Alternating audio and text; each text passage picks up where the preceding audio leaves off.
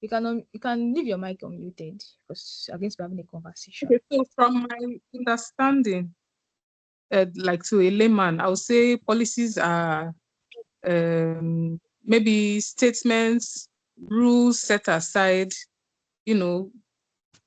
governing a particular, let's say, for instance, an organization or a process of doing things or a way of doing things.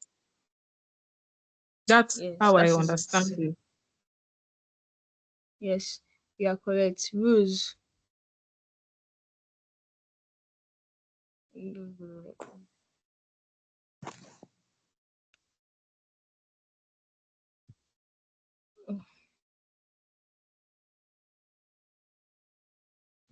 So let me share my screen now.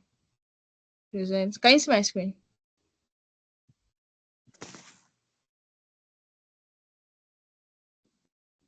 Okay, yes, I can. Cybersecurity policies and governance. Okay.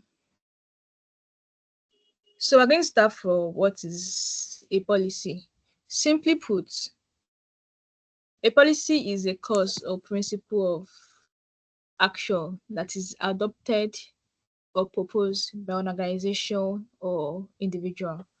I don't know if you're a student or if you work, but whether you are in school or you're at work, there are policies, there are rules and regulations that guide you in your school, in your organization, or everywhere. While governance, on the other hand, is the art of or process of governing or overseeing the control and direction of something. So let me say governance is more like making sure that policies are being met and they are being followed. So this brings us to the main topic of the day, which is cybersecurity policies. Cybersecurity policies are when we talk about cybersecurity policies, we are referring to policies the organization puts in place to protect their digital systems. So to protect their systems, their digital assets, their customers' information, customer data, their business secrets, their financial records, their web assets, and their digital communication, like their email communication, so that external intruders will not have access to these things. So the policies are the rules and regulation that the organization is going to put in place in an attempt to protect their their digital assets. So, for example, let me put it in a simple form. Think of when you're in a school or you're in an organization, they'll have certain rules, certain dress codes, and some restricted area. They'll tell you don't access this area, don't go here, don't wear this, and and so time you have to leave here, things like that. So the same thing applies to the organization in a in the digital world. So they will have to have like um, access controls, acceptable use policies, and so on. We're going to go there shortly. So this brings us to the different types of cyber security policies. We have a lot of cyber security policies, and it depends on the organization. But for the purpose of this class, I'm just going to be talking about the common ones. So the first one we're going to be talking about today is the acceptable use policy. So please, if I'm going too fast, please call me back. And if you don't understand anything, please call me back. So like you That's can see fine. on the screen. Okay, thank you. Acceptable use policies is used to define the acceptable behaviors for using the organization's IT resources, including internet access, email, and software applications. So, for example, an acceptable use policies can include that you're not allowed or you're not authorized to download certain softwares. In fact, in an organization, before most organization, I don't know if it's before you can download a software on the computer, you need to have like administrative privileges. So they can also have like, oh, you're not allowed to access this particular website. Like some organization don't allow their employees to access like YouTube, Netflix, or if they know that this particular website is susceptible to uh, threats, like it is vulnerable and it can bring in dangerous things into their system, like malware and so on, or it is a potential scam or things like that. So they're going to block things like that from happening. So they're going to add it to their acceptable use policies that so and so behaviors are not allowed when you are using the organization's IT resources. Another example can also be sending information over in an unencrypted form, like sending sensitive information like customers' data, or let me say customer data or card details over email. Some organizations usually have policies like if you want to send customers data, you have to like max it. It is encrypting it. And fine, they'll set these policies, but the organization also ensure that they put solutions in place for not that some people that will just want to like, oh, try to bypass the policy or try to maneuver it. So they put solutions in place. We have solutions like Sophos endpoint, CrowdStrike. Solutions are endpoint solutions where you can set policies on. For example, and policies and permissions. For example, if you don't want your employees to have access to YouTube, using this kind of solutions, you already block them for accessing it. So even if the employee is trying to like access YouTube, it's just receiving a block message. And probably when it gets consistent or somebody's trying to bypass it, the admin person in charge of the solution is going to receive a notification that so and so person is trying to do this. So and so person is trying to do this. So that is it. Okay, please, I would like you to go back a bit. When you talked about, when you mentioned endpoints, Okay. you talked about, I don't know if you were giving examples of things that Solution. are usually used to Yes, block solutions that access. to Sophos. We have Sophos, CrowdStrike. Yes, Sophos and CrowdStrike. People also have Train Can you Micro. start with so first? Sophos. If you're interested in in the Sophos endpoints, I should have a full document on a course. If you want it, I can send it to you after the class. Okay, I don't Okay? mind. I don't mind. Let me Thank you. just wait, I'm sending it now. So Sophos is an endpoint security solution. It goes beyond endpoint. It also does detection and response. That is XDR. Yes, and it does advanced detection and response. Things like that. I'm sending you the document now. Sending Are it to you your are phone. you sending it via Teams or you send it as a Word I'll send it document? to your WhatsApp group. Eh, okay, yeah, okay, that's fine.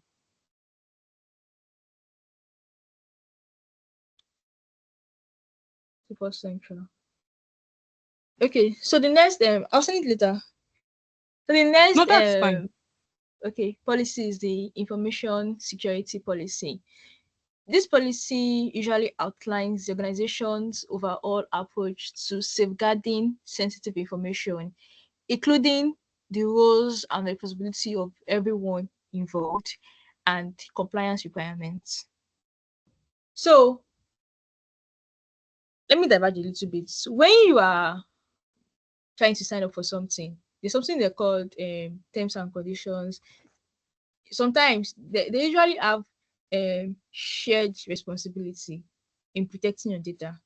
So, as far as the organization have their own responsibility, you yourself as a user, you also have your own responsibility in safeguarding your sensitive information.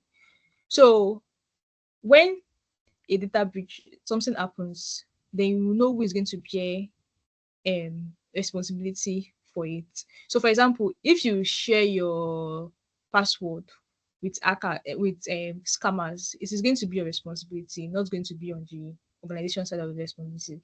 But if the hackers attack the organization itself, or the organization suffers from a data breach, then it's going to be the organization's responsibility.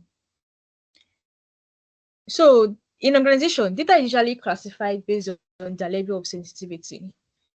For example, organizations have different way they classify data, but the one I am familiar with that is common is the confidential, restricted, internal, and public. Confidential, restricted, internal, and public. So depending on your role and your responsibility and your level in that organization, that is where you have access to data. For example, okay, general public data is for everybody, general public, probably like their design, then internal data that are internal within the organization, probably like policies and so on. Then we have confidential data and restricted data. So access to this kind of data is going to be controlled based on your role in the organization. For example, if you're an intern, you cannot be having access to like highly classified information. And if your job, for example, only requires reading this particular data, you will not have the privilege to like edit, copy, or share. Is the class still on? Am I hearing sound? So you don't have access to like copy, edit, or share if what you need is just to be able to like read the data. So there are also different data protection methods, which includes um, data protection methods. So this is going to bring us to the next policy, which is the data protection policy. So data protection policy specifies how sensitive data should be collected, stored, accessed, and shared to ensure that it is in compliance with data protection regulations like GDPR or HIPAA. HIPAA is um, health insurance portability and accountability. Yes, that one is what safeguards PHI, your personal health information, and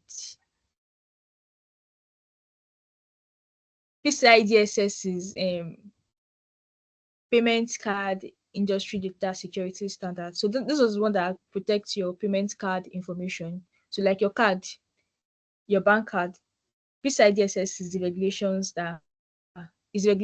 that protects your bank card. The data protection policy is very important because it ensures that both individual privacy is protected and the organization integrity is intact. So, for example, let me ask you a question.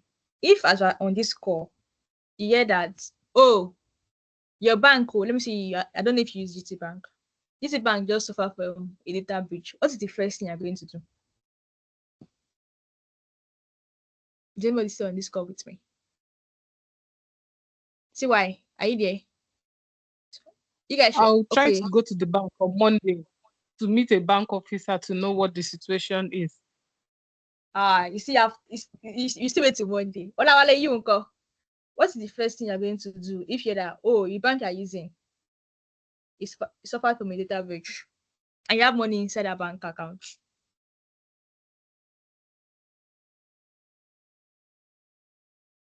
Olawale, if you're The saying first something. thought is to protect your money by going to withdraw. However, knowing how the ATM has a limit, you won't be able to, if you have beyond that limit, you won't be able to withdraw over the ATM. before Monday. Yes, exactly. So let's now assume that okay, hear that some data were like your password, your NIN were leaked. Even after the organization tell you that everything is fine, we have recovered from this data breach, do you think you still be able to like trust the organization, the bank? No, I won't. Exactly. So this is why data protection policy is very, very important. Because once it is very see, when you're having good reputations, it's just better for you to just keep maintaining it.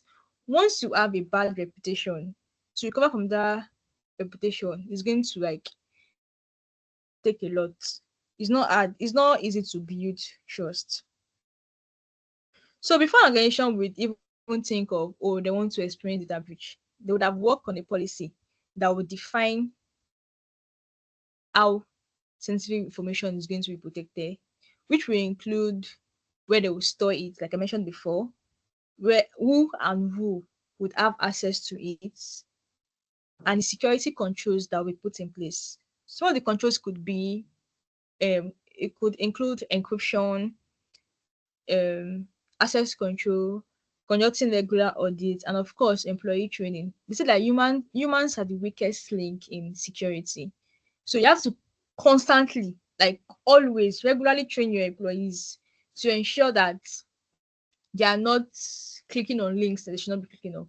They're not sharing sensitive information with people that are not supposed to have access to it, and are not sharing their passwords or organization secrets with people that are not supposed to have access to it.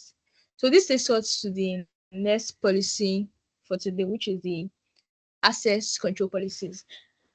I know I'm talking about access control. I know I've mentioned it very well before. So access control governs who has access to specific information and system, detailing users' roles, permissions, and authentication method. Like I mentioned before, the kind of data you have access to depends on your job role within that organization. For example, you cannot be in the marketing department and you have access to financial records. You would have access to only what you need. And for example, even if you need some information from the financial department, it will still have to go through the financial department. You not just have access to everything within the organization. Like in a proper organization, I'm not in a small shop. So, hey, you don't have access to everything within the organization like that. So organization usually one method principle that organization usually take is to enforce the principle of least privilege when granting access. So you only have access. The principle of least privilege simply means that you only have access to what you need to have access to. If you don't need to have access to this particular data, then you you're not going to you're not going to be able to access it. You'll not be able to if your job roles or responsibility does not include editing or writing something, then but you need to read it and know what is in that thing. Then the only access you have is the read only access. You will not have the ability to like write, edit, or any other thing. I don't know if you understand my point. So there are also access. Sorry, the access control policy also defines the authentication method, which can include passwords. We're still going to talk about password policy, then two-factor authentication, and so on. Then moving on to the incident response policies. I know in my last class I mentioned that we usually have like an there's a team or a job role called incident response. So they're the ones in charge of this particular policy. Incident response policies provide a structured approach for responding to cybersecurity incidents, including the detection, the reporting, investigation, and the recovery procedures. This policy is crucial for minimizing damage and ensuring that the organization can quickly resume normal operations after a breach or an attack. Incidents can come in form of different forms. It can be in form of ransomware attack. You guys know what a ransomware attack is, right? Hello, Yes, we do. thank you. So malware attack, insider threats, or misuse of data. In like I mentioned before, an organization would have a incident response team who are professionally trained to handle incidents. They'll continue to monitor, detect, and report the incidents. The solution I mentioned before, which is so first, think Cost Strikers in more advanced. So they also have the capability to detect incidents and even block the incidents before it will do, like they will contain the incident before it can do serious damage to your organization. And so that sometimes that probably it is not is an incident, but it looks like an incident. They call it false positive or false positive, yes. But it looks like it is showing the traits of an incident. Solutions like that, like Sophos CrowdStrike, they can block it, they'll contain it until you now come there and be like, oh, this is a legitimate, then you create an exception for it to bypass that policy. So moving on, we'll go to the disaster recovery and the business continuity policy. The disaster recovery and business continuity policy defines the plans for maintaining essential business function during and after a significant disruption, including data backup, recovery procedures, and resource allocation. So you don't have to, fine, we don't pay for incidents to happen, oh, but it can happen. It doesn't even have to be an attack. It can be a downtime. Probably you're having a lot of traffic on your system, on your server compared to what you usually have. So instead of waiting till when that kind of thing would occur, you are already planning ahead for it. So disaster recovery focuses on ensuring that core business, on ensuring that IT infrastructures and systems are restored after a disaster. It involves a series of processes and technologies aimed at recovering critical assets like servers, database, network, etc. to minimize downtime and ensure that systems are back online as quickly as possible. If you are in the cloud, if you do, I'm not very vast with on-prem, but when it comes to cloud security, for disaster recovery and business continuity, we have what they call availability zones and regions. When you want to launch your servers or your database, launch it within a region. But within that region, there are different availability zones. So even if one availability zone is down, the other is going to like pick up immediately. So you're not, you don't need to be, that's why some, this is why it's like they have 99.9 clinical percent online rate or something. Because before, and also in the cloud, there are business continuity plan like load balancing, where, okay, if for example, uh, you'd have set your um auto scaling to that. If threshold is at this so and so point, please increase server to so and so amount, increase space to so and so amount, like that. So you don't have to. So once you notice that, oh, there's something going wrong, automatically it helps you recover it. They also have like backup plans. In fact, it is very, very compulsory and important that you always back up. So for example, you suffer from a ransomware attack or loss of data one way or the other. Maybe somebody made a mistake and delete the whole database. with your backups, you can easily recover the data back. Business continuity, on the other hand, focuses on maintaining overall business operations during and after a disaster. So, for example, if sometimes that your bank will tell you that they're experiencing some issues and you might be having troubles accessing your bank app, but your ATM is going to be working, other things is going to be working. So things like that, they'll look for things to supplement it. So it's not like as if everything is just going to go down. So business will continue as usual, while they focus on trying to recover from the incidents. So we have other policies like the password policy. The password policy sets requirements for creating and managing password, which would include the complexity, the expression, and the storage method. Okay. And storage practices. For example, when you're trying to create password on maybe a new account, they'll tell you that it needs to include at least maybe 8 to 12 characters. It has to contain mixtures of characters, like you have to use uppercase, lowercase, symbols, and numbers.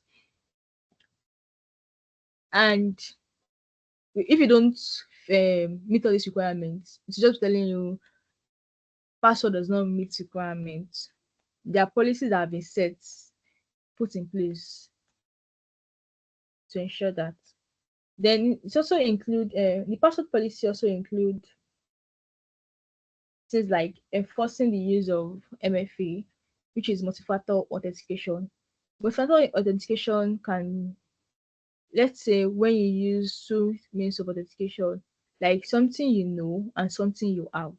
Something you know can be your password, and something you have is going to be like a token, probably on from your or a code from your authentication app. That is what MFA means. So also password policies can include expiration date for the password like 90 days. If you're working in an organization, Instagram might not care how long your password is, but if you're working in organization, some of them set it like every 90 days, every employee must change their password. And you cannot even use a password that you have used before. I'm sure sometimes when you do forget password, and you're trying to like create a new password. If password is similar to what you have used before, the you to give you a response, an error response back that, oh, you have used this password before, use another password. So something like that. So the password policy also includes the password storage. Like password should not be, for example, when you're trying to I'm only showing one part of my screen, I'll show you guys. When you're trying to enter your password, it usually comes in max form. That is the standard that the organization have set for their password policy. Oh, sorry.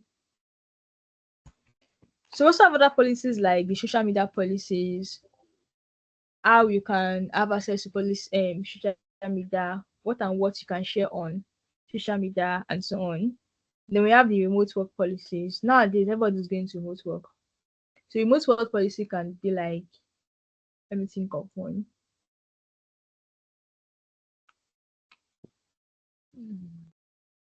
Still, something still the policies I mentioned before can also apply to the remote work policy, which is the acceptable use policy, the incident response policy, and so on. Then training and awareness policy. Every organization, you have to train your staff. See, Like, have you changed your slide? no, I'm just giving you guys Okay, orders. These are the main ones I okay, wanted to show you guys. okay. So every organization, you have to, what was I saying? You have to train your staff. It is not enough to just create these policies. Your staff, they have to be aware of these policies that you have put in place. Then, in case you are wondering that, okay, who are those that make these policies? Policies are usually made by different stakeholders, which will include the executive leadership, like the CIO, which is the Chief Information Officer. When you're in an organization, you would have people like that. The CIO, the CISO. The CISO is Chief Information Security Officer. In fact, as um, cybersecurity, test engineer, analyst, yes, you should get to a point of your career where you become a CISO, that is the Chief Information Security Officer, and of course, it's come with responsibility. They also have the CEO. CEO is the Chief Executive Officer. Then we have the Chief Risk Officer. Then the IT security team, because they're the ones that will set things like the access control policies, information security policy, and so on. Then the legal team, of course, and the compliance team, because when data breach happen,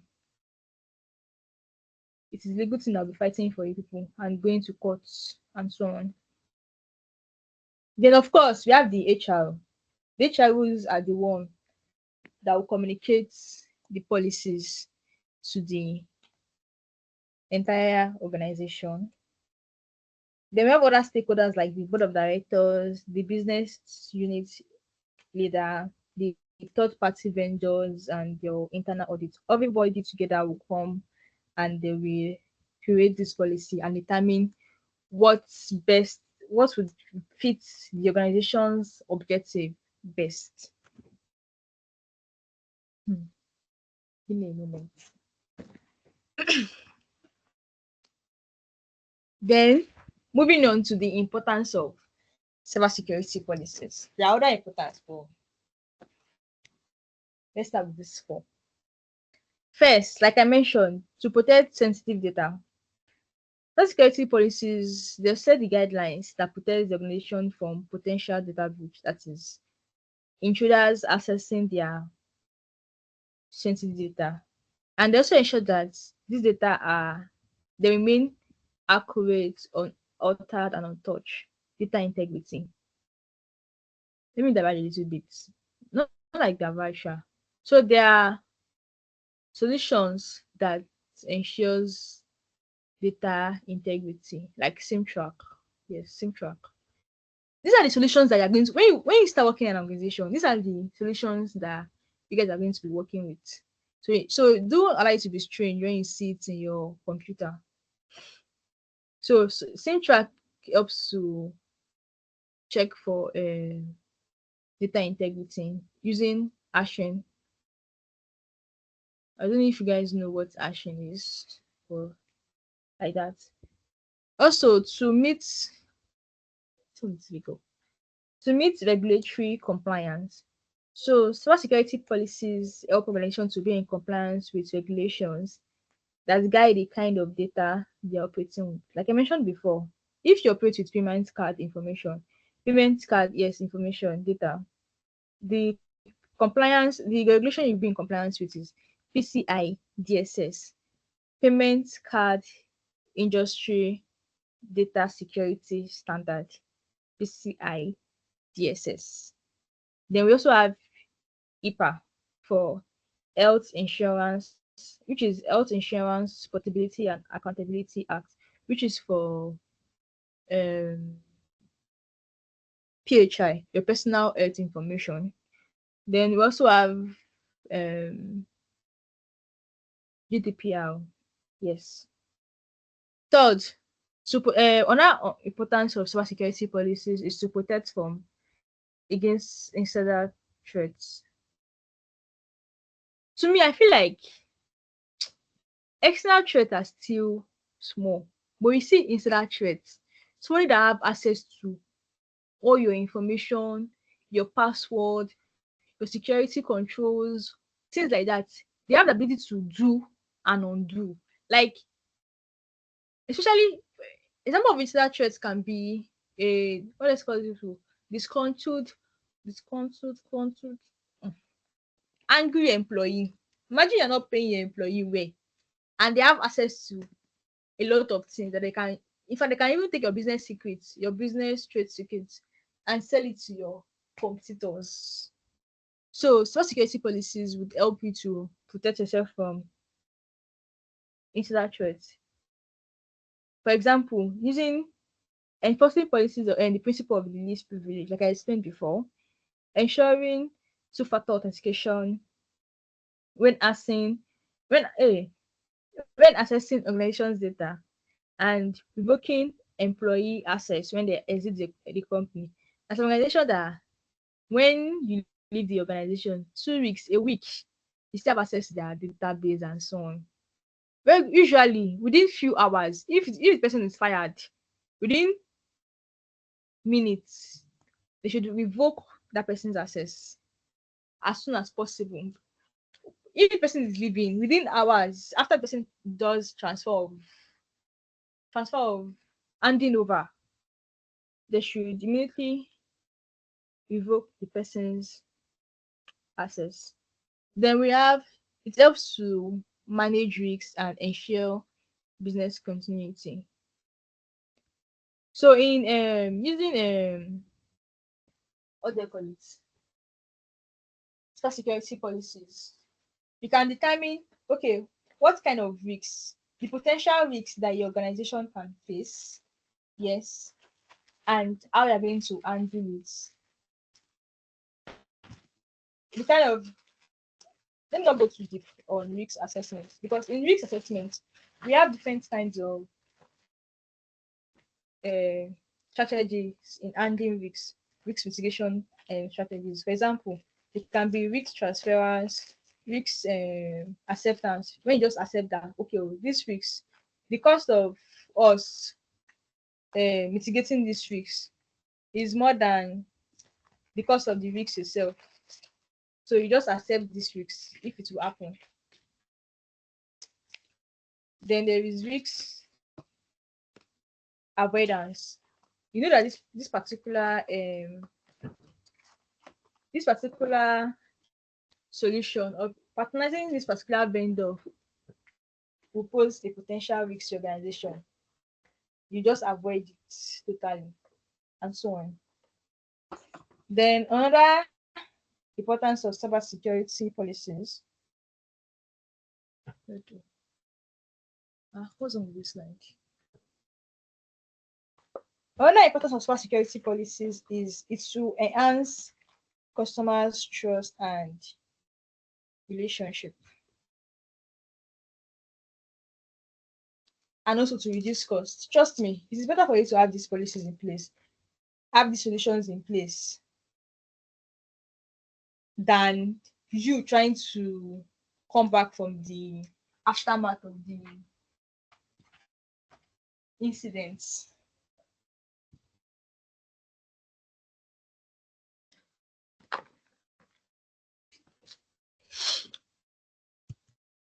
Before we move to the other part, which is cybersecurity governance, do you have any question?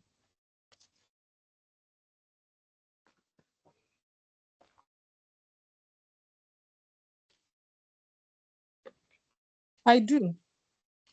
Okay, You I'm know, listening when you to you. talked about, you don't know if we have done hashing, you mentioned using SIM-track to check data integrity using hashing. Can Yes. you spell the SIM-track so I don't mispronounce or Oh, spell it SIM track incorrectly? CIM Mm, CRAK.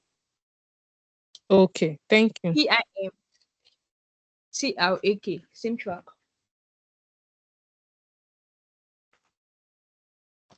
Any other person? What does the CIM stand for? Ah, Uh, is that's the there, solution. does this, No. pardon? Ah, that's just the organization's name. Oh, It's like okay. SOCOS now is the organization's name. Same thing. It's not like it stands for something. That's just the solution's name. Okay, thank you. What's happening?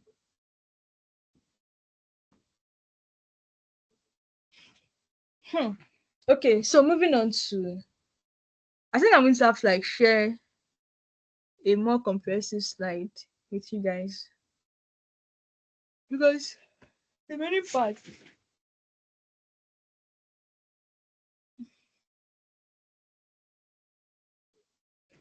So the other part is cybersecurity governance. Cybersecurity policies and cybersecurity governance, they work hand in hand because it is under cybersecurity governance that you determine the cybersecurity policies. You think of how to, let me stop sharing. I'm going to stop sharing. You think of how to enforce this policy.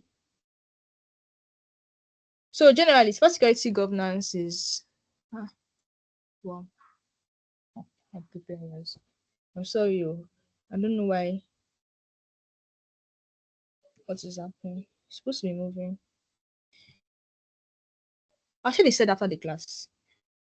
So cybersecurity governance is like a comprehensive cybersecurity strategy that integrates with organizations' operations and prevents the interruption of activities due to cybersecurity threats or attacks.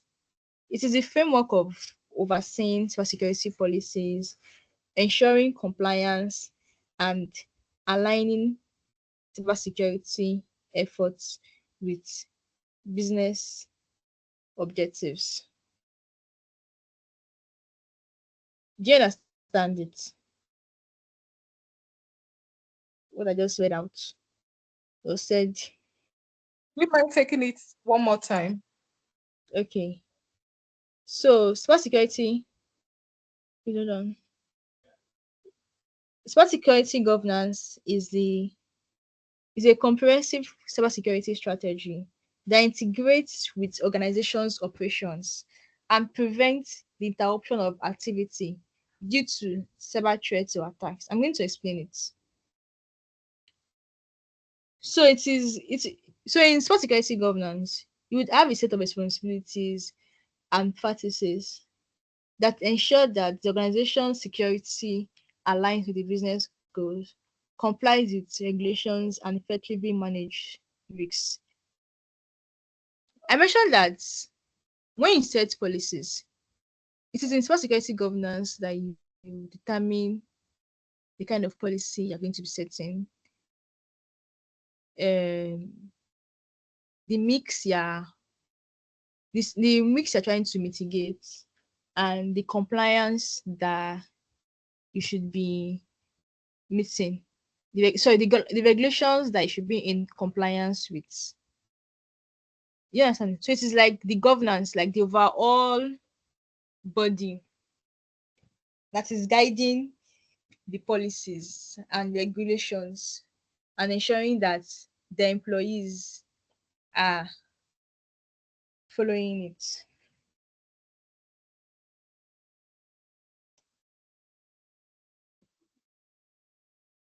So let's go to the key components of cybersecurity governance. The first one is it establishes accountability. Cybersecurity governance plays a key role in establishing and defining roles and responsibilities across the organization to ensure accountability for cybersecurity initiative. For example, everybody in the organization, including you as a customer, you have your own responsibility, and you'll be held account with cybersecurity governance. You'll be held accountable for the for your responsibilities. So from the IT security team to the incident response teams to the business owner is usually a person that if you're working with an organization that has where you guys engage with a lot of vendors or customer, you have business owners to the HR to the legal team, everyone has their security governance is going to establish and clarify everybody's roles and responsibilities and when they will be held responsible or accountable for it. Secondly, it curates frameworks for policies. Cybersecurity governance helps develop comprehensive cybersecurity policies, which would allow which will outline the policies like acceptable use, all those policies that we mentioned before. So a cybersecurity governance that will define and develop the policies. It also creates procedures that provide detailed steps on how these policies are implemented. And of course, it will not just create the policy, it ensures that the policies are strictly adhered to. Then the third one, key component of cybersecurity governance is the risk management. It also involves identifying, assessing, and prioritizing cybersecurity risks to the organization's information assets. Like I said before, there are different risks. Every organization would have the risks that is that, like a potential risk to the organization and to their different assets. For example, their websites can be suffering from DDoS attack, their or SSL injection or section hijacking, things like that. So you have to plan for, okay, what is the likelihood of these risks? If you are going to do jobs, you guys are going to be doing risks. What they use call that thing? I can't remember. But you calculate the likelihood of the risks with the impact of the risk to determine if it's a high risk or a low risk. So determine that, okay, for example, in Nigeria, what is the likelihood of a volcano happening? Probably low. The impact to be high if something like that should happen, but it's still going to be a low risk. And they call it matrix. Risk matrix. Yes, it's still going to be a low risk. But let's say, for example, what's the likelihood of your website being DDoS attack is denial DDoS distributed denial of service attack, where attackers, like the plan is to like slow down, like cause a downtime, slow down the activities of that website. So what they do is they'll send bots to the website and everything is going to be just be experiencing downtime. Or session hijacking, man in the middle attack, things like that. I think you guys should have done something on that part. And if you guys have not, you guys are still going to go to that place. Then it also helps to implement risk management strategies to mitigate identified risks, including technical controls, training, and awareness programs. Then cybersecurity governance is what ensures that you're in compliance regulations and with rules and regulations, ensuring adherence to relevant laws, regulation, and industry standards. Like I mentioned before, the nature of the organization will determine the regulations that's supposed to be in compliance with. If you're an hospital, or if you deal with drugs testing and so on, or anything else related issue, you'll be working with IPA. If you sell something and you like process payment cards, you're working with PCI DSS. General data is GDPR.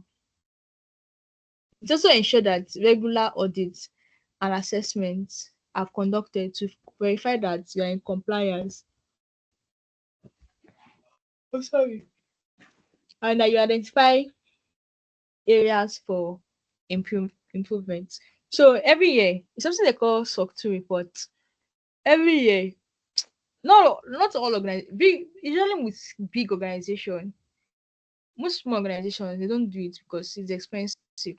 But usually every year they do audits. They call it SOC 2 reports. I think SOC 2 is Security Operations Control. Yes, Security Operations Control report.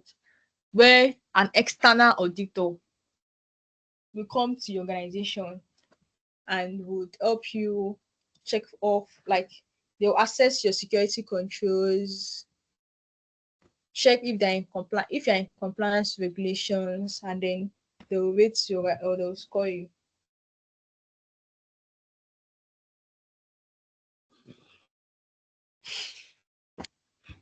I'm sorry. I never choked them. Why are they yawn like this?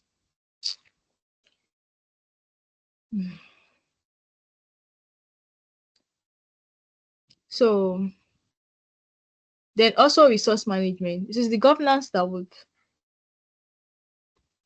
the people involved in the governance will include your chief information security officers, your like head of department, board of directors, and so on.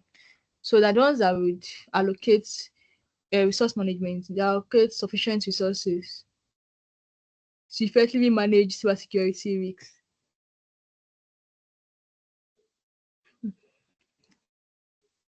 So sometimes you can take your budget to them. Don't be afraid. You can be saying that this thing is it is needed, but they tell you that sorry, it is within our budget. We have to allocate things to other things. They don't want to determine that this one is important, this one is not important. Let us pay for this one, let us not pay for this one. For example, Sophos and CrowdStrike, they're like competitors. They end up like, Sophos is more expensive. Let's just go for CrowdStrike. Things like that. Then performance measurements and reporting. They establish metrics and key performance indicators to measure the effectiveness of cybersecurity initiative. Let me give you guys an example. When you are, I don't know if you guys are already working. When you're in an organization, like, is it monthly?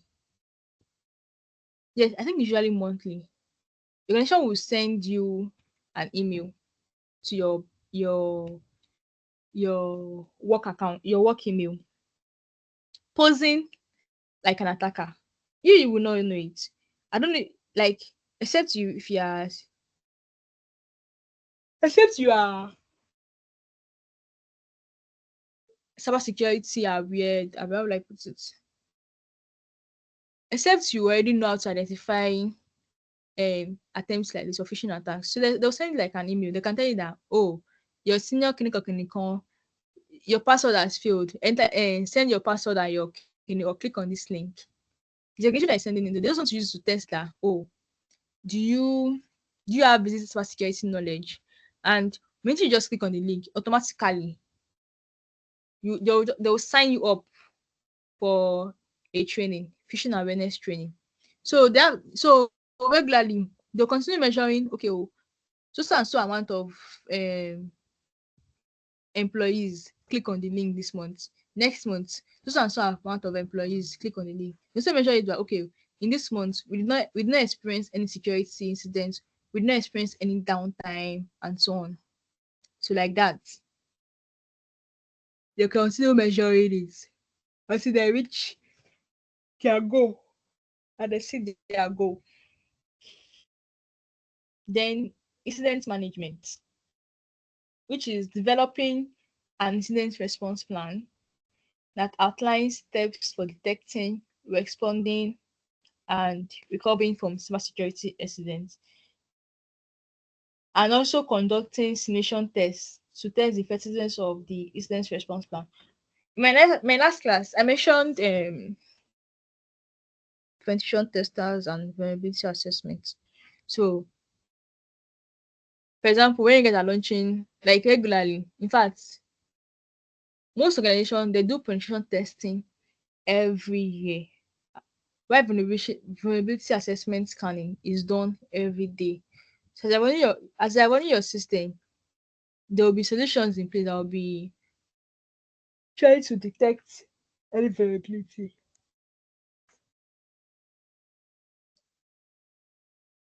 I'm sorry that I'm yawning like this, so I'm hungry. Trying to detect any vulnerabilities. So the next, what I'm going to be discussing next is the frameworks for cybersecurity governance. The different frameworks in supervision effective cybersecurity governance. Frameworks like we have, I don't know if you guys have read of it before, but we have frameworks like NIST cybersecurity framework, ISO, ISO or IEC 2701 27001. Then we have COBIT, we have CIS controls. I'm going to be explaining all of them one after the other. So for the NIST cybersecurity framework, this was developed by the National Institute of Standards and Technology to safeguard data and mitigate cybersecurity risks. So these frameworks are what guides your organization's policies. Yes, something like that. So for example, sometimes they'll ask you that, are you in compliance with NIST? Like that.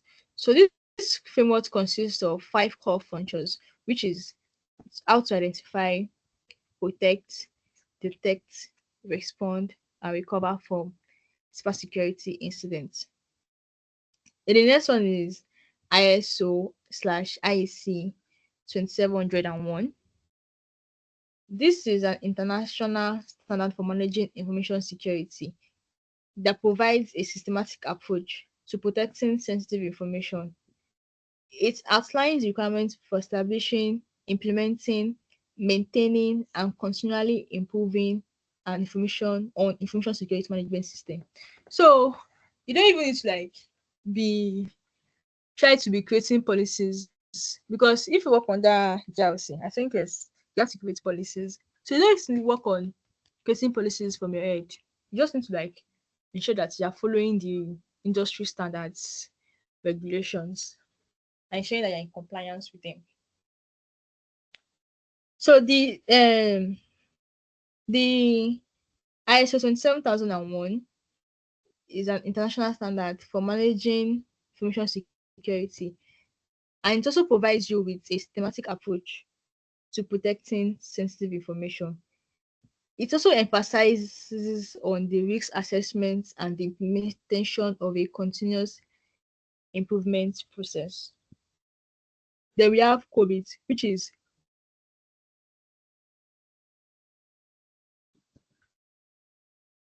control objective for information and related technologies. This is a framework for developing, implementing, monitoring, and improving IT governance and management practices.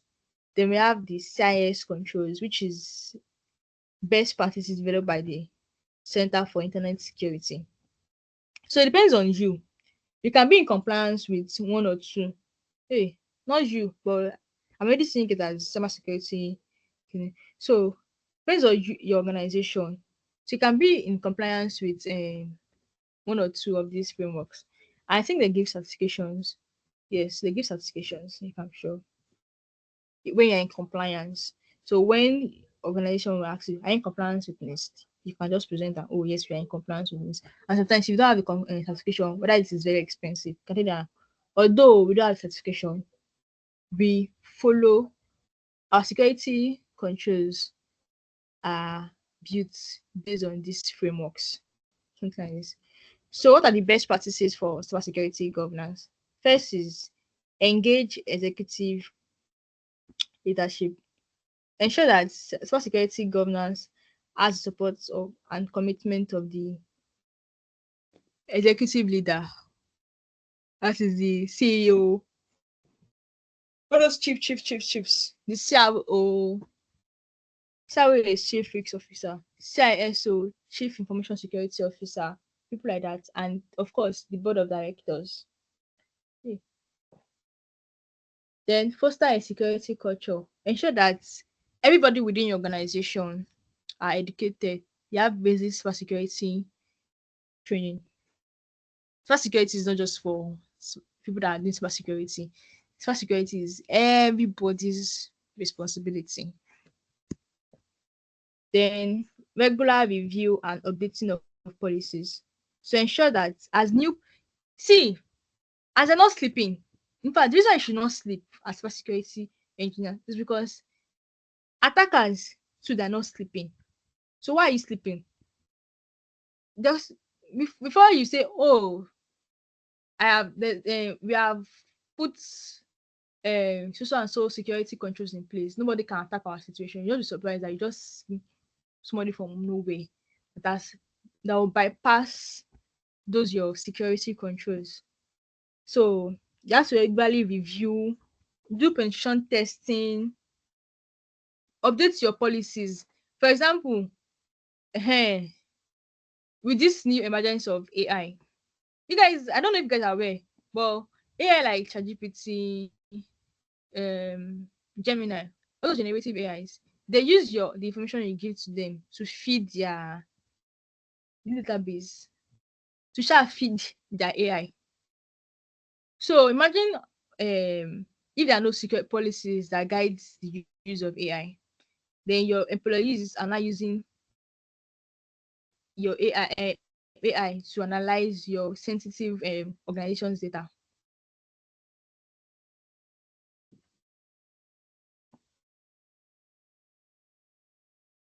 I'm sorry. So you have to regularly review and update your policies. Then conduct risk assessments. Regularly assess cybersecurity risks and update your risk management strategies accordingly. Don't say that, oh, because last year this particular risk is low impact, I'm not going to review it again and address it again if it is now high impact this year. You have to continuously check in, ensuring that, oh, your organization is safeguarded at all times.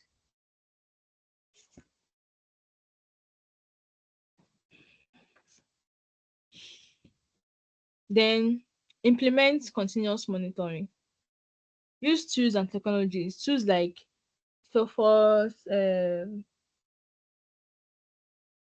have a lot of them. We have Trend Micro, we have CrowdStrike, we have SimTrack, we even have hmm,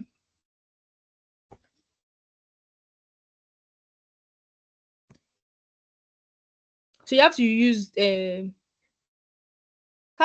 solutions like that can help you to like monitor for monitor threats and vulnerabilities in real time. So before you can humans, you guys, we have to like rest. Of course, I know I said we are not supposed to be sleeping, no, but still we have to like rest. Things happen. In fact, human error happen. You can overlook something, but when you put solutions like this in place, they will block it, and then later you can come and you can review it. Then encourage collaboration.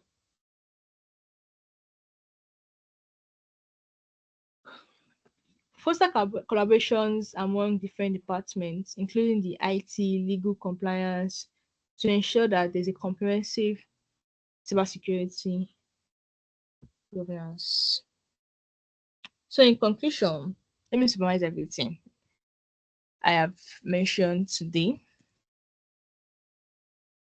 Cybersecurity policies are what the rules and regulations that an organization will adopt to safeguard their data system, their information assets, and so on. While cybersecurity governance is how we ensure that these policies are being made and that we are complying with regulations and also managing risks. So it is important to establish clear policies, engage leadership, and ensure that you are implementing best practices by following those standards and frameworks that I mentioned before. And also, you ensure that you communicate these policies to everybody within the organization. So, by doing all this, the organization can be able to like build a resilient cybersecurity posture that will align with their business objective and their business goals. Thank you very much for listening to me. If you have any question, please feel free to ask. Thank you for joining this class. It is so. And once again, I apologize for the last class. Thank you very, very much. Your questions can come in if you have any questions.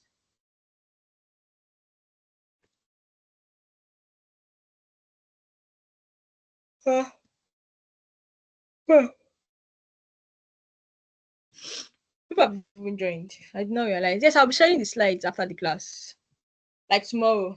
And I'll also share that Sophos documents that I have. If you are saying anything, I cannot hear you. If you have any question, please feel free to ask. Don't be shy.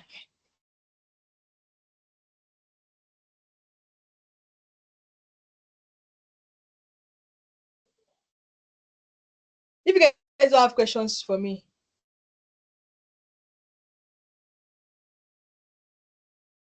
can I ask you guys a question?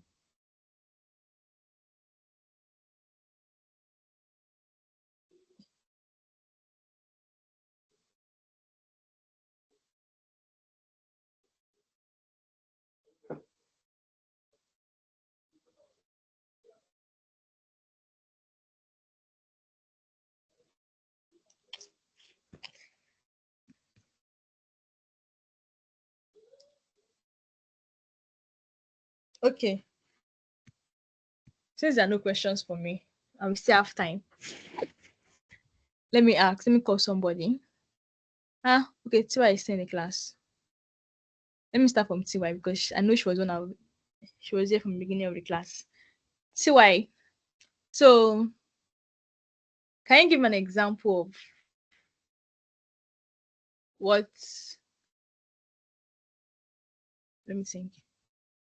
Can you give an example of what you can what a acceptable use policy should entail?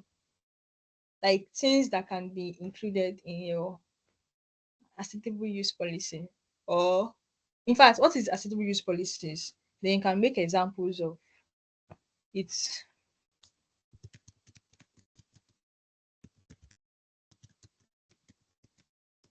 Okay, it defines behaviors that are acceptable in organizations, like in the use of the internet access of the organization, email, and applications. Thank you. Who is the next person? Williams. Bigusa. That's cute.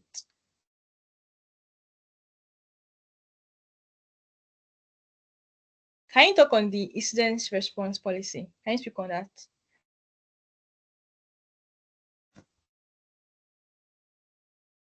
Is Williams in the building with us? Williams, are you in the building? Are you in class?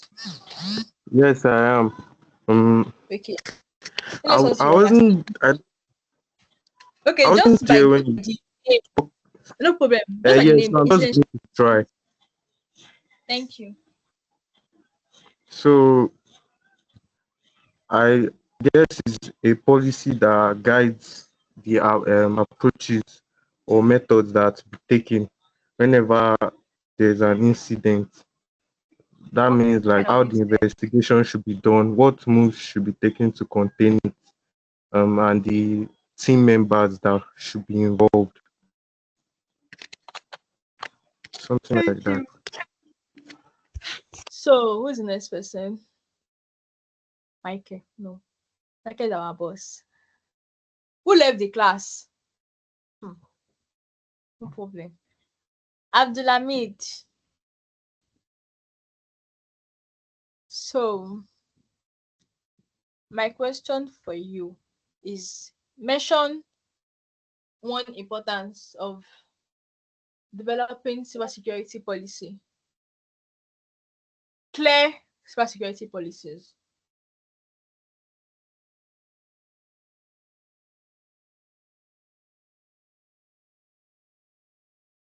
Abdulhamid, are you Okay. here? Yes, I'm here. Well, I joined it late, but like I'll try and use my innate You can knowledge just tell me so from that your own perspective. There's no problem. yes. So one important is that it it helps to keep the systems of either an organization or whatever system you're trying to prevent, like from data theft, sabotage, and the rest. Am I correct? Thank you. So who's the last person? Sunday Agbola. Mm.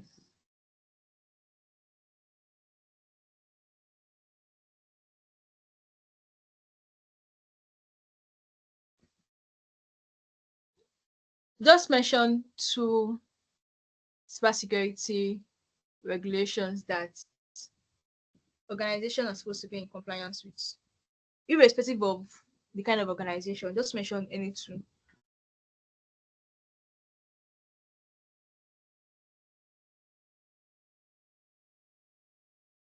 Agbola, are you there? Oh, people don't have sense. I would have tapped though. Ah, I can't hear what you said. oh, I said you should mention any two cybersecurity regulations that organizations are supposed to be in compliance with. I did not hear the question. Can you hear me now? You don't get the questions. The question. Regula- The Agbola, network can is you hear me? reconnecting me. I can't hear the question. I can hear you now. Are you familiar with cybersecurity regulations?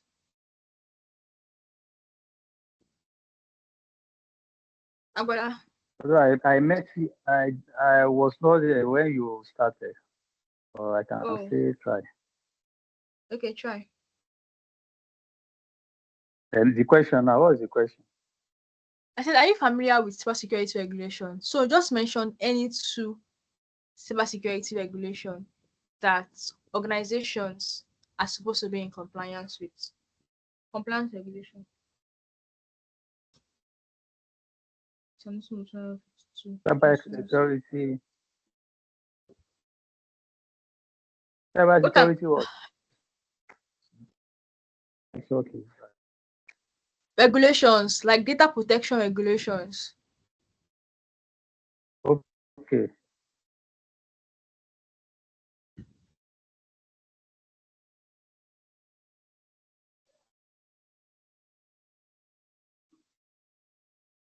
We cannot hear you.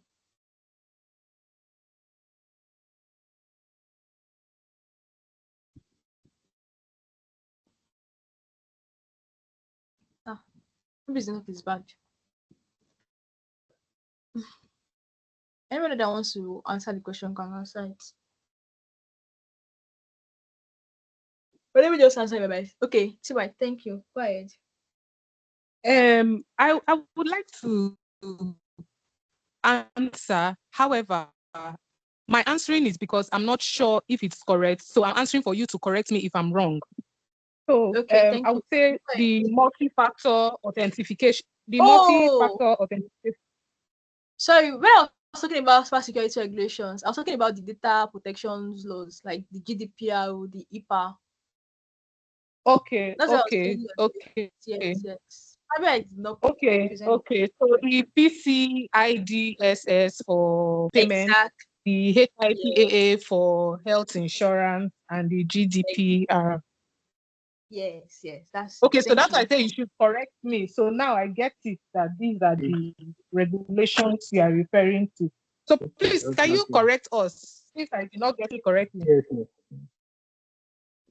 I said the answer correct. The answer is the GDPR. So, and I want you Right? to take it over from the beginning, like from GDPR. the question to the answer, because a lot of us were not there Oh, from the beginning. I had to okay. admit about 4 people while the Class training was was going on. on. Okay. So data protection regulations, I call it cybersecurity regulations, are those regulations that protect the data.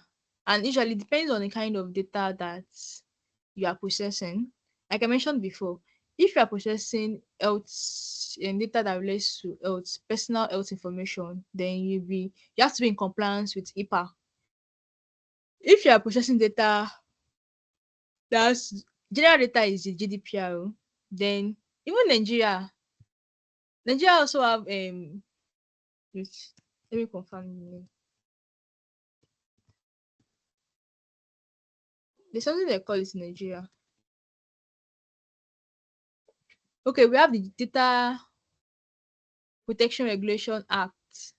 Yes, in Nigeria, NDPR.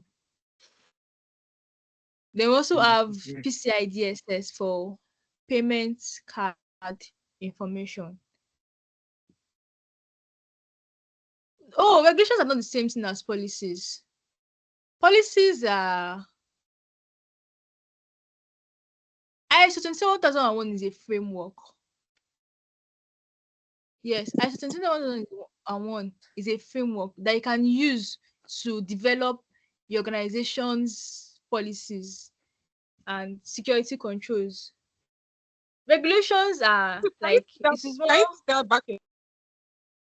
Eh? Please, can you What take did you that say back to her? again when you were talking about the framework ISO Okay, I was answering 2700? to William's question in the group chat. ISO 27001 is a framework. Like they help you to, how do I put it? They give you like industry standards security requirements, like how you should protect your data, what kind of security controls that your organization needs to have in place, things like that. Do you understand it? And how you can manage and mitigate risks, like potential risks that the organization is facing. While regulations are more like laws that you have to follow if you are handling this kind of data. Policies, on the other hand, are how you are going to be meeting with these regulations and how you are going to be meeting with these standards. Do you get? Like, policy is based on your organization, how you are going to be reinforcing this, like the kind of standards that are going to be in compliance with, the kinds of security controls that are going to be putting in place. It is your policy that will determine that. I don't know if it is.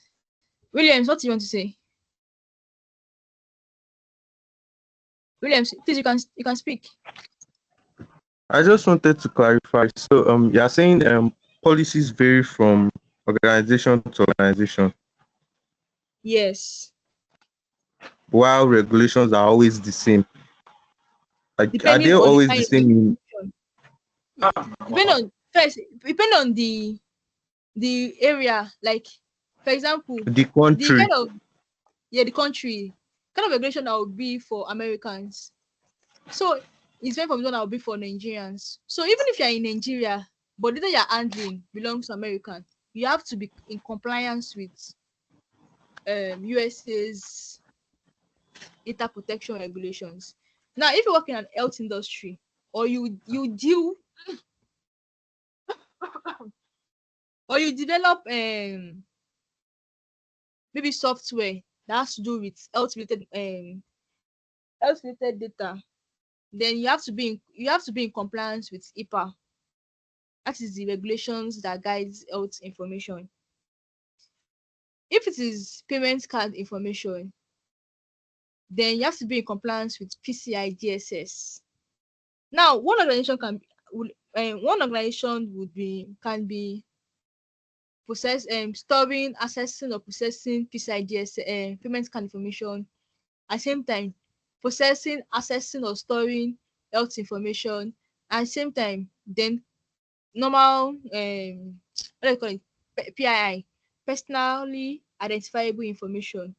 So if any kind of data you're in compliance with, you have to check the regulations that regulates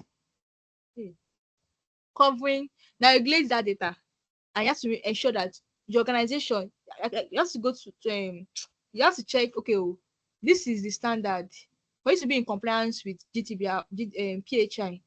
You can say, okay, oh, PHI has to be stored, has to be encrypted, whether in at rest, in transit, or in use. Anywhere it is, it has to be encrypted.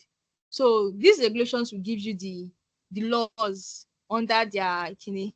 And once they find out that you're not in compliance with it, like you are missing one or two controls, then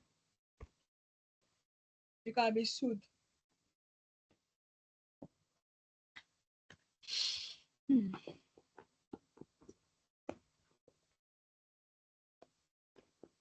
That is it. Is there another question? Are you still confused? Do you want to take something all over I again? have a question that is not related to the topic for today. Okay, what is the question? Yes, so the various parts, like to get into cybersecurity, whether governance, risk, and compliance, you Mm. want to become a stock analyst or something else. Most of the time, you require like a certification, and a lot of these certifications are very expensive. They may not be expensive, but like for us Nigerians, the fact that they're usually Right, in dollars, they are quite expensive. So I was wondering that is it actually possible to get employed without those certifications? yes, yes. It is very, very, very, very possible. I have, Okay. I know people that are working. In fact, sometimes the organization is going to, like, if you're employed by a very good organization, so organization pay for these certifications. You get. So it's not even about So you certifications. take them while you're working with them. You take the No, you're not going to pay certifications them while more. It's more like training their employees now. There's no organization you are going to go to that, like, they have to train you. You get. okay, Yes. okay. So some organization, So not what all organization, but some organization pay for some of these certifications. If they don't pay for it, some of them they can have discount codes. So, but for you, if you're interested in these certifications, you can be on lookout for discount code? vouchers. Yeah, discount code. But still, they actually say very, very expensive. Expensive. Mm, just continue like from your answer. But you Since just they are continue not because most times it's more about, I'm sorry that I cut you short, but most times it's more about what you know and if you know what you are oh, doing. So they have to take things like cleaning very important, or develop your own portfolio. You don't have to wait until an organization employ you. For example, if you're interested in GRC, you can start working on creating policies for organizations, that policies that meet industry standards like ISO neat. 27001, NIST, things like that. So you have to ensure that you are, like, you can also have like an ideal organization. Okay, this organization treats them access PHI, King of Unicorn. What and what should they be in compliance with? Develop a policy for them. You can, if it is SOC, let me not use And SOC. Like let me use like cloud security. Okay, even if it is SOC, look for SOC tools and try to like do all this monitoring. Is how you access, project communicate with or them, lab. projects. So where certifications does not help you. In fact, I feel like projects would helps more than certifications. Okay, thank you very much. Yes. Tunde, you wanted to say something?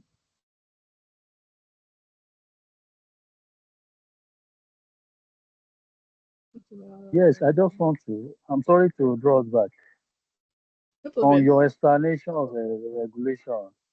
I just want to say that it's like maybe in conclusion, I can say that, or in summarizing it, I can say that Okay. regulation, you are still talking about standard. Is that right? Yeah. Yes. Yes. But standards. Hmm, hmm. You can still say standards. Yes. Yes. But it depends on it is on now, it's now on the state level. You can say standards, yes. Okay, okay. So is that all?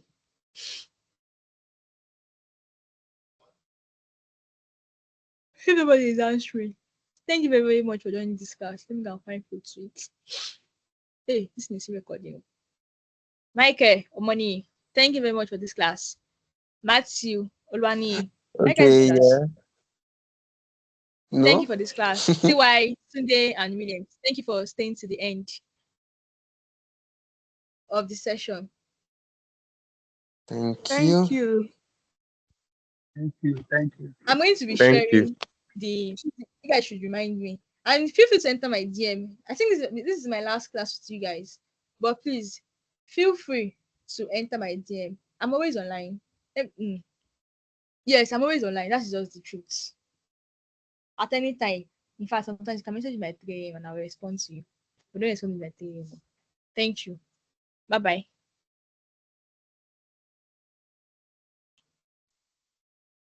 So your learning starts now. Bye bye. Take care of yourself.